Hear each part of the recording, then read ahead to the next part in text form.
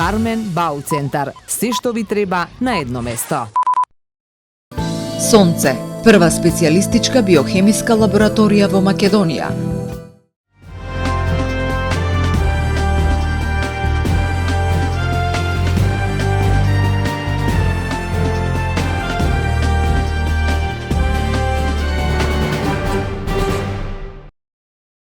Центарот за безбедност на вода во Охрид ова лето со полни раце работа. Извлечени 21 давеник, а укажени се над 500 интервенции.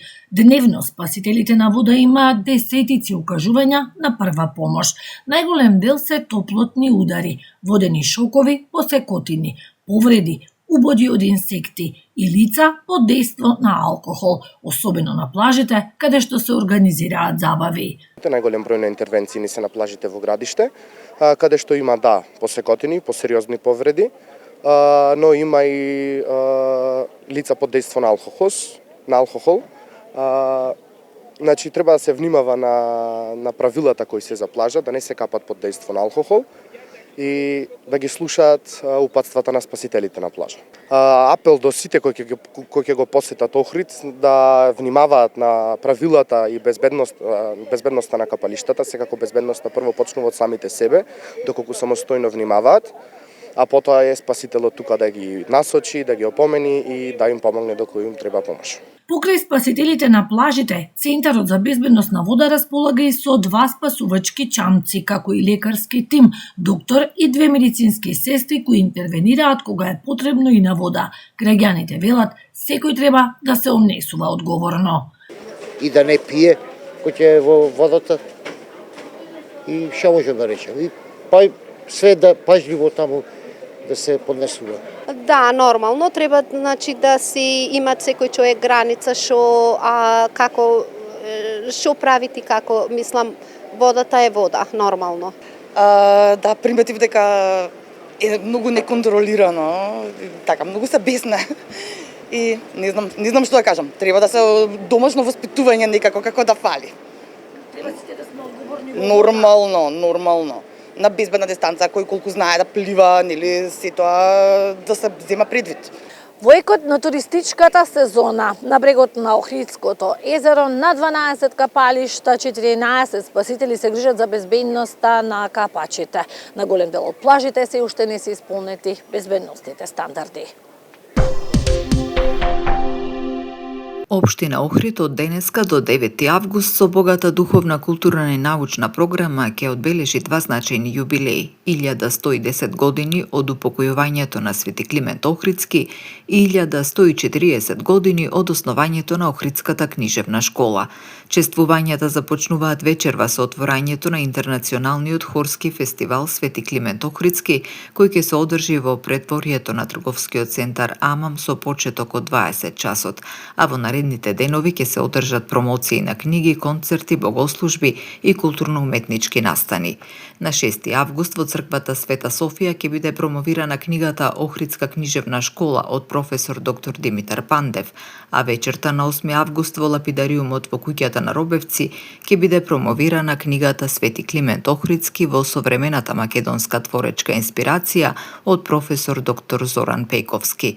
Централното одбележување на 9 август на Плаушник со света божествена литургија, а во куќата на Уранија ќе бидат одбележани и 35 години од Охридската академија на хуманизмот со доделување на светската награда за хуманизам на професор доктор Кристоф Бенедиктер, како и доделување на повелба на хуманизмот на архиепископот Охридски и македонски господин Стефан по повод 40 години од неговото замонашување. Дирекцијата за заштита и спасување безбедно отстрани рачна бомба од Првата светска војна која била пронајдена во водите на Охридското езеро во близина на брегот кај Љубаништа. Интервенцијата била реализирана согласно стандардните оперативни процедури на дирекцијата, а во акцијата учествувале пиротехничари на дирекцијата во координација со Министерството за внатрешни работи. Поддршка на терен обезбедиле припадници на СВР Охрид и на езерската полиција.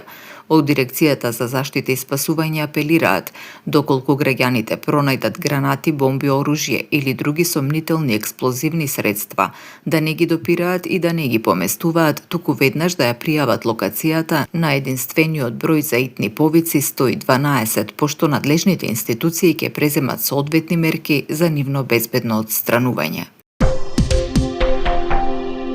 Отворање на почесен конзулат на Република Казахстан во Охрид беше една од темите на средбата што градоначалникот Кирил Пецаков ја оствари со амбасадорот на Казахстан во земјава Сатибалди Буршаков.